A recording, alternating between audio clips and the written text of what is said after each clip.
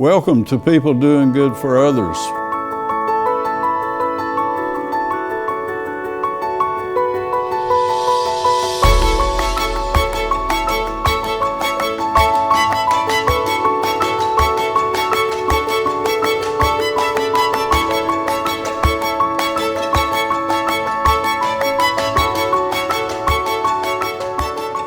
This is People Doing Good for Others, where we honor and hold in the light and celebrate those who truly matter in our communities, those who are doing the things that are selfless and kind and caring. My featured guest today is Greg Brady. He's along with his partner, Nathaniel Griffin, own Anchor Coffee, a craft coffee business that they provide nourishment, they provide blending, they are importers, they're marketing, they're entrepreneurs. They're on D Street, and I've been in this business, and it's quite a delight. And I want to thank you for being with us today, and I want to thank Wilkes Communications, River Street Productions, and 100.9 WIFM. And again, I'm Gary York. Thank you for being with us, and please stay with us. So again, we're going to spend a half an hour with Greg Brady and how young people start thriving businesses. So good morning to you, friend. Good morning.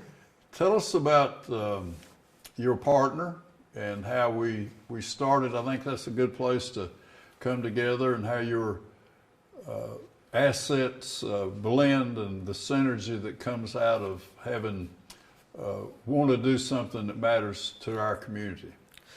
So my partner's name is Nathaniel Griffin. He's a general contractor and does some other odds and ends, kind of like that. But we met back in 2014. It was a little bit before me and my wife got married. Okay. And I actually met him at an Olive Garden, kind of randomly, because of a friend who kind of knew him, maybe, was just like, hey, like, this guy plays guitar. And so we started playing music together a little bit at a church here in town. So you're a musician too? Mm-hmm. I am. What do you play? I play keys and a little bit of everything else, but I play keys. Wow. Yeah. Praise band. Yeah, it's a praise band. How about that? Mm-hmm. How many instruments or people will be in a praise band usually? At the church I attend, something like, there's like 4 musicians and 2 or 3 folks doing vocals. So really, Good for you. So you and Nathaniel or Nate decided. Well, how did the coffee? You said in our conversation that you were just infatuated with coffee. How did that happen? Well, I had had some pretty incredible coffees a few years prior. There's a couple shops around the Raleigh and Charlotte that, like, I had friends that lived in those areas. I spent a lot of time, more specifically in Charlotte. And there's a coffee roasting company called Counterculture that's been around since the late 90s. They're one of the first specialty coffee roasting companies in the U.S. They're based in Durham. And they always have like a really pretty broad lineup of coffees from all over the world. And like, for the most part, up until that point, I just had like regular, like, commodity coffee that you get in a grocery store.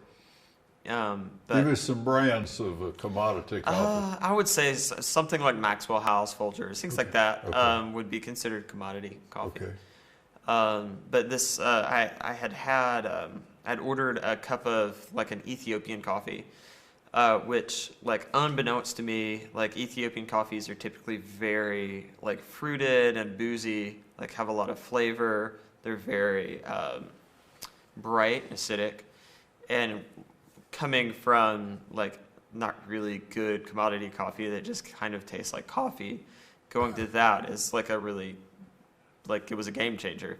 So I had a cup of this Ethiopian coffee once, and it was an Ethiopia Adito. It was washed coffee, washed being the processing from Counterculture.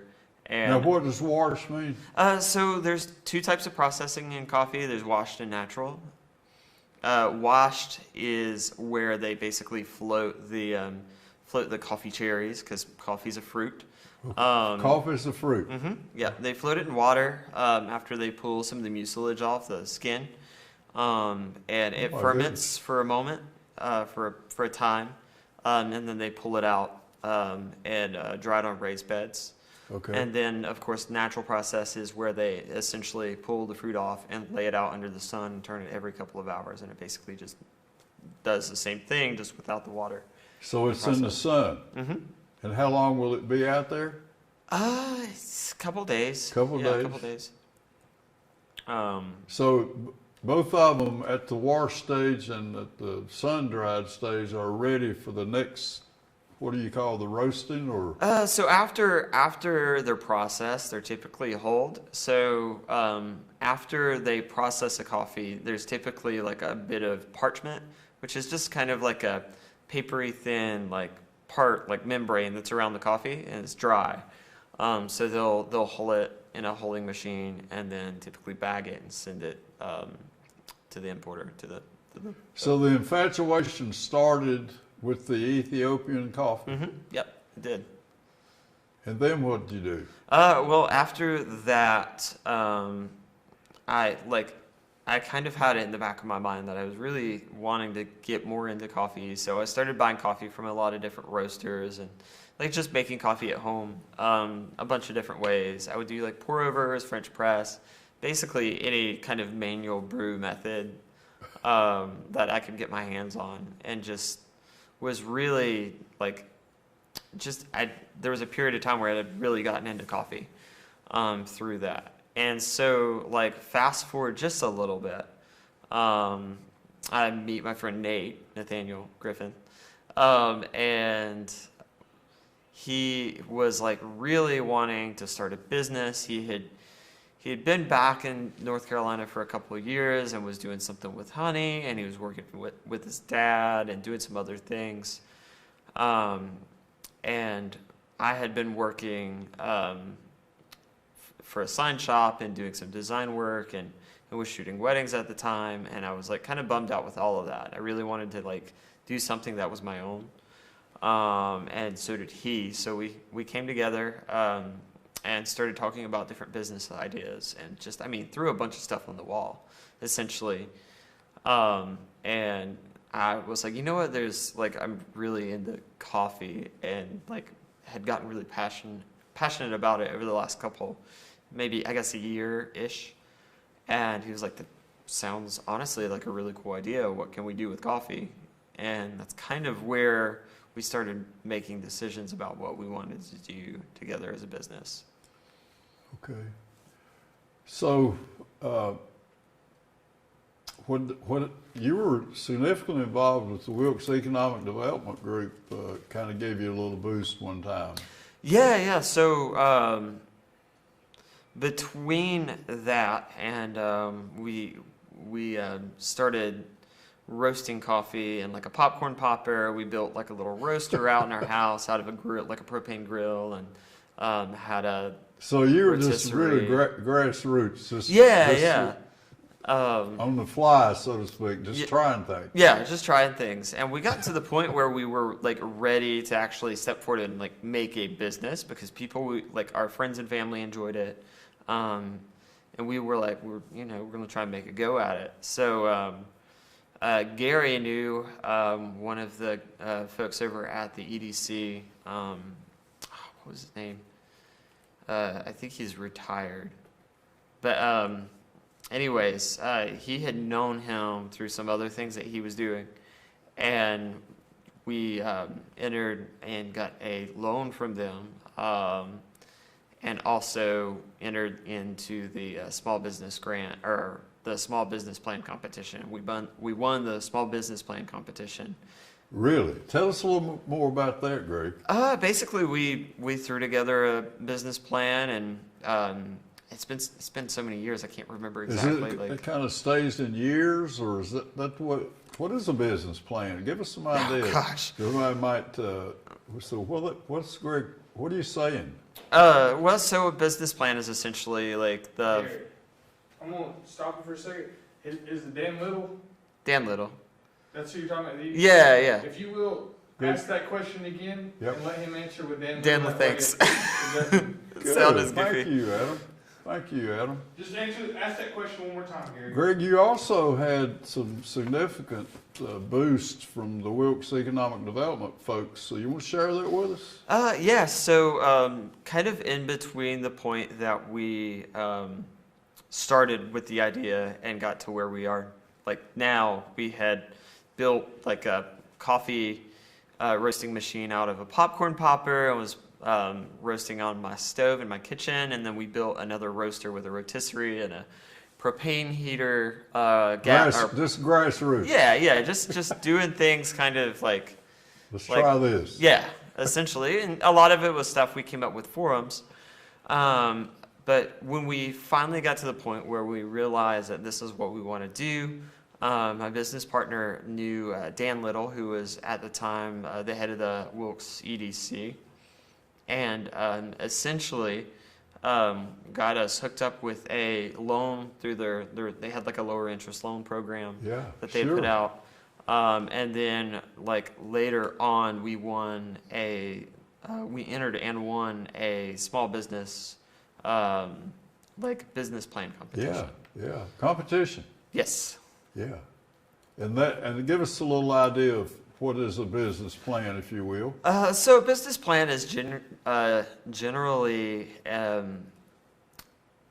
like the idea of how to like build a business, but on paper. Yep. So, you have like a scope of what you want to do. You have your plan of marketing and all this. You have some financial numbers to back everything up and kind of give you like an idea of how to like complete each goal that you have in your business plan. Okay, so you have times and goals and how we're going to get there, how to do it. Yeah, essentially. Yeah. Essentially. Show us your coffee there. So And I want to ask you about Anchor, and I thought that was just the most interesting narrative, if you will, about. I said, what does Anchor mean?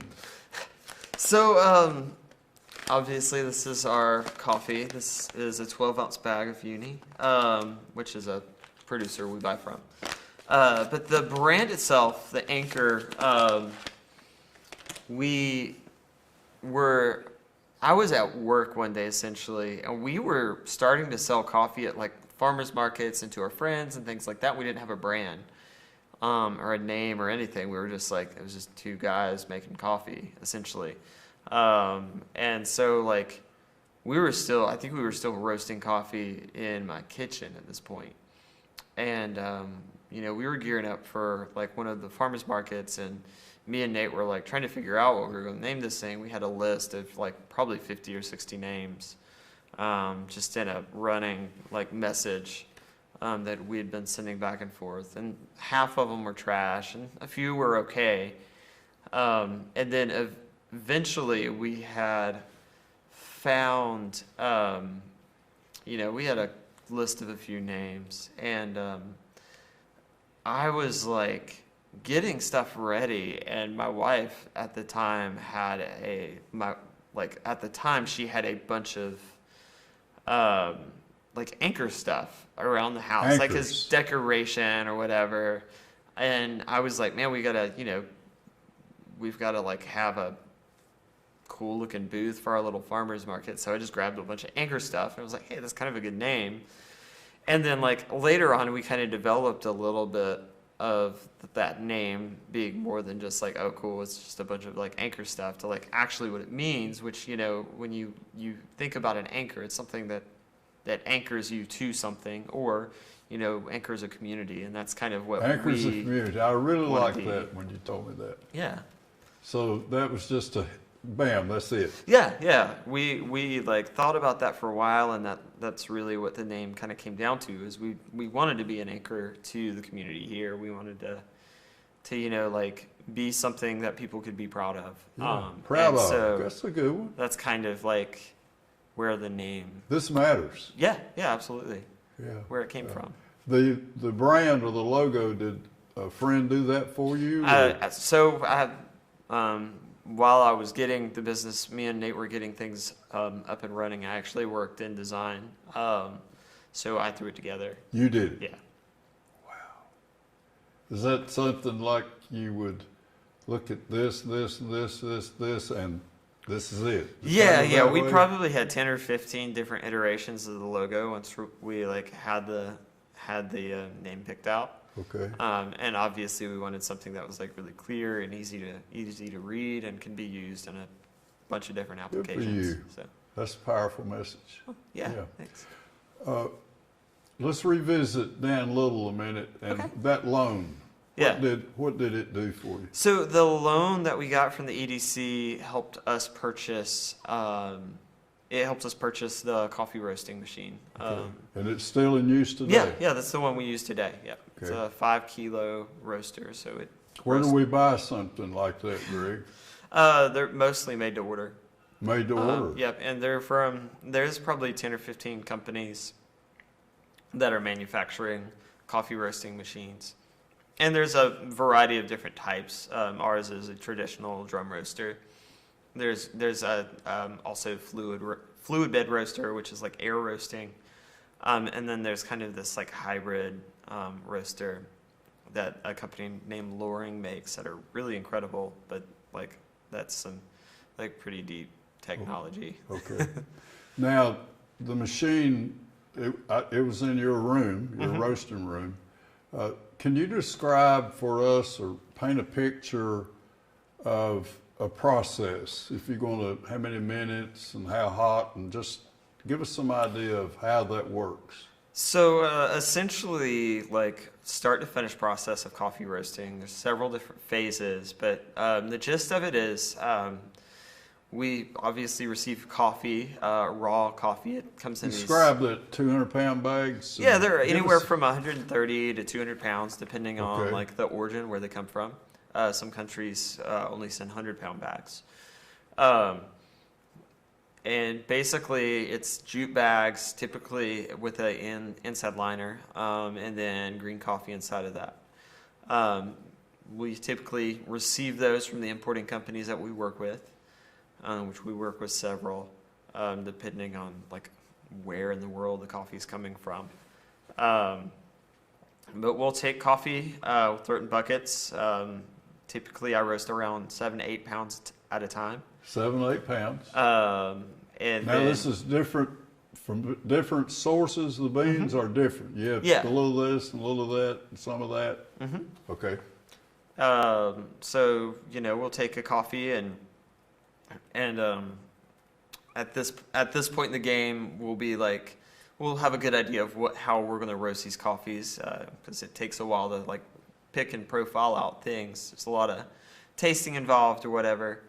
But we'll throw the coffee and dump the coffee into the hopper. Okay. Get the coffee roaster warmed up, preheated. How hot? So all coffee roasters are a little different. We Okay. preheat our coffee roaster to about 450 degrees, and then each coffee actually has its own like start and end temperature and time. So we roast things anywhere from start from 380 degrees to 410 degrees is what our drop temp is, which is where we actually charge the beans, drop them into the actual rotating drum inside the roaster. So at this point, we drop the coffee into the actual drum, and for about 10 to 15 minutes, the coffee goes through a couple different chemical changes, and then we drop it into the cooling Is it bed. dry in the heat? Is it dry heat? Yeah, it's Okay. it's dry heat. Yeah. Okay. And then we, at the end of a roasting cycle, we'll drop it into a cooling bed, which has it's essentially a giant box fan that pulls air through the coffee beans. And there's an agitator that agitates the beans while it's pulling the air through. Wow. Now, if the next process would be grinding So or what would it, maybe aging, or is that any part of it? we don't age any of our coffee. Most of the time, we just bag it straight out of the bin. So this bag here, those are beans. Yeah, they're whole beans. Yeah, Okay. we sell whole beans, and then we have a grinder at the shop. So if you would like to get your coffee ground, you can get it ground there, or if you have a grinder at home, we have it in bean form. So. Tell us about your store in North Wilkesboro.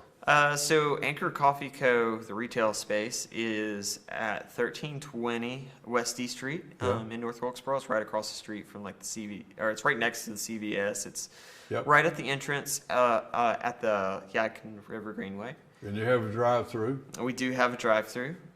We currently are open. We have COVID hours because a lot of things have changed as far as like what we can do in the evenings and things like that. So our current hours are 7 a.m. to 6 p.m. Monday through Saturday, and then we're open 10 to 5 on Sunday. But essentially, we're a full-service cafe. We don't offer any food. We have pastries, like typically 4 or 5 days out of the week. We partner up with a couple different bakeries, one being Dom's Bakeries in North Wilkesboro, and another is a friend of ours that lives up in Blowing Rock who used to bake for Stick Boy in Boone. So pastry and other things? Yeah, so we also have craft beer. We have 16 taps. You make that? No, we buy from breweries all over the world and locally. Really? Yeah. Anytime you come in, we'll have anything from beers from places like Founders in Michigan to Boonshine up in Boone, North Carolina. We buy beer from Evil Twin and a few other breweries that are like overseas that have like a brewery here in the States in I think New York. But we just try to keep a pretty wide variety of things that you don't see super often around here. Okay. And a typical, so there's 2 couples that come in. Give me some idea of when will they come, time of day, will the same people come the same time, or just some idiosyncrasies about the habits of people that are looking for this wonderful coffee that you're doing? So a lot of people typically come in before work.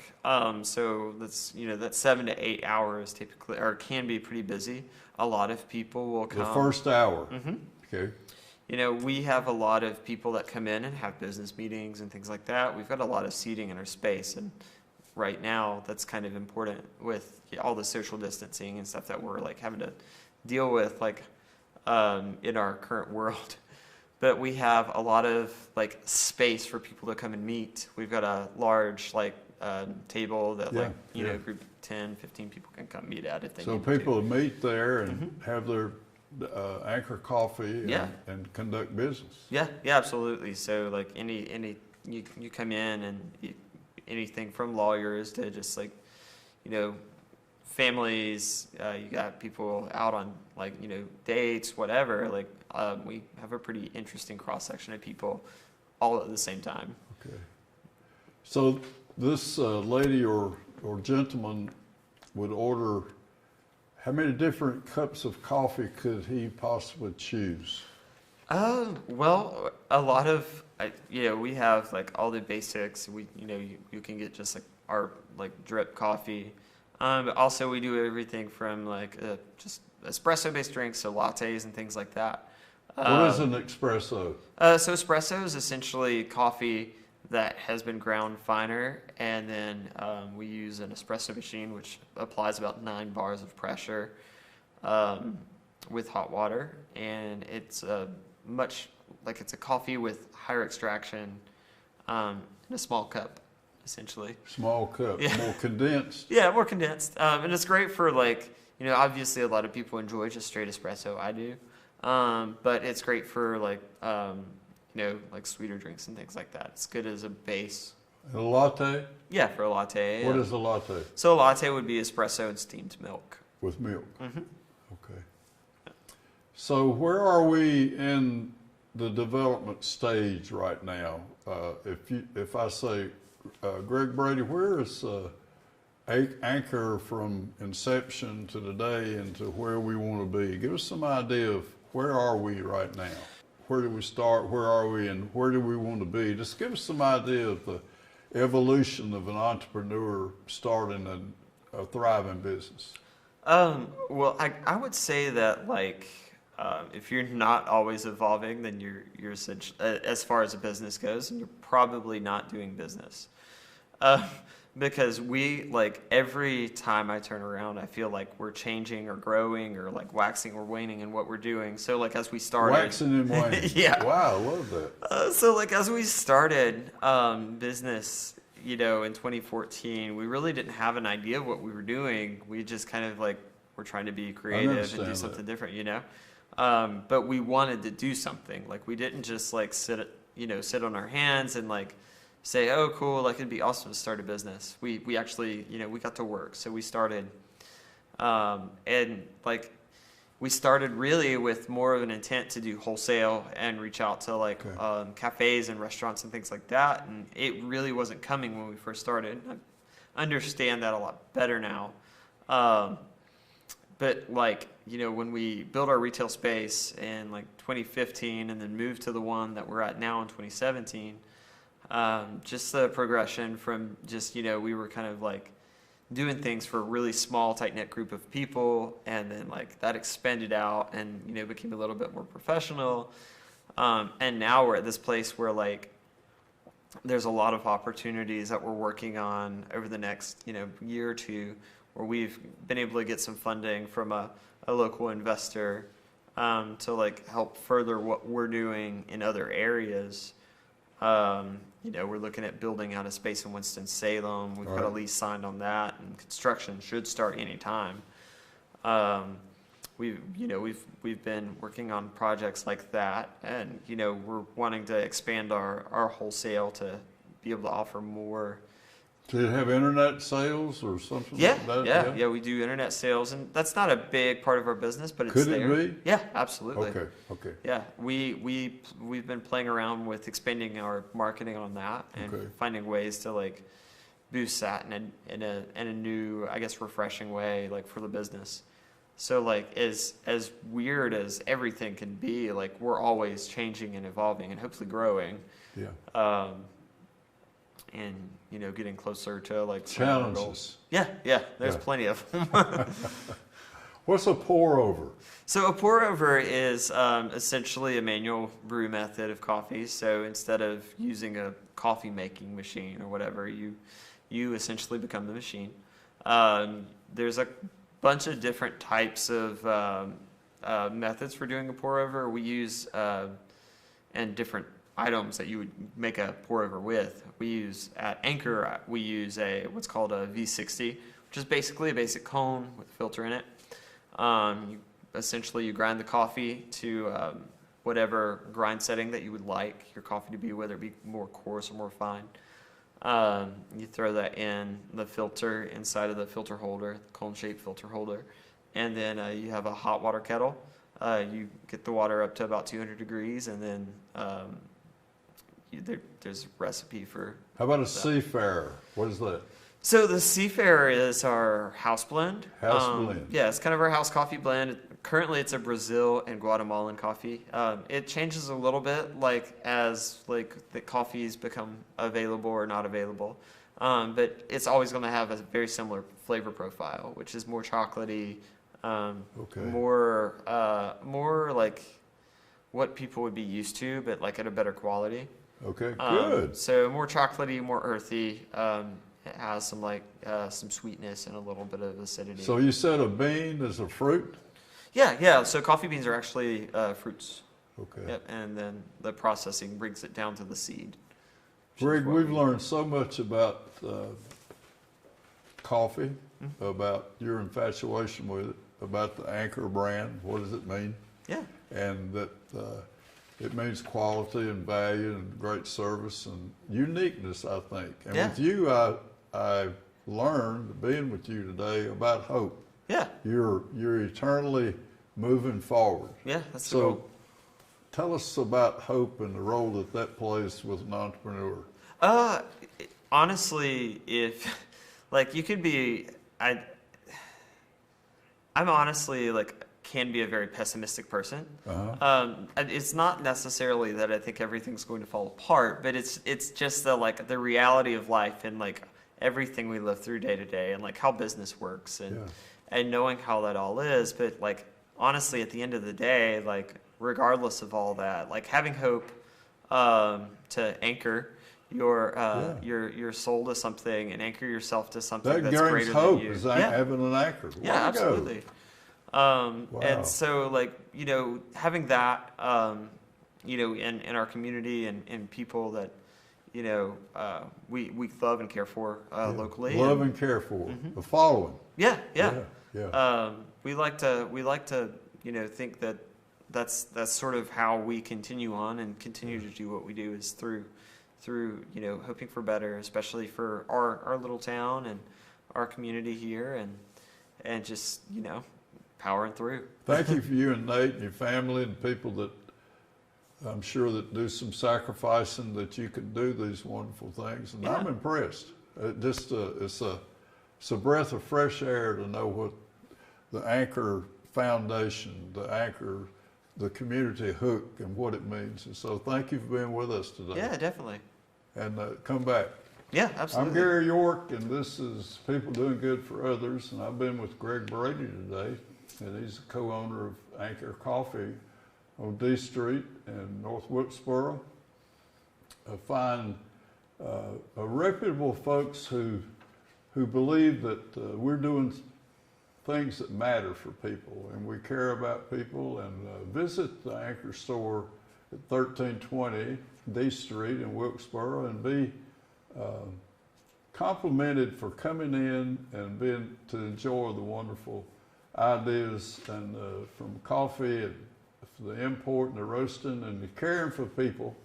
So again, Gary York, thank you for being with us, and we look forward to being with you again our next time. Thank you very much. And from Greg Brady and Nathaniel Griffin and the Anchor Coffee, give us a chance and you'll love what the experience. Bye-bye.